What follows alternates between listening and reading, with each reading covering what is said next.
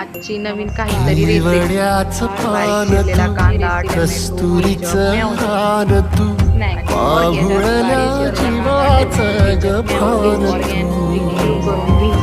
सागराची गाज तू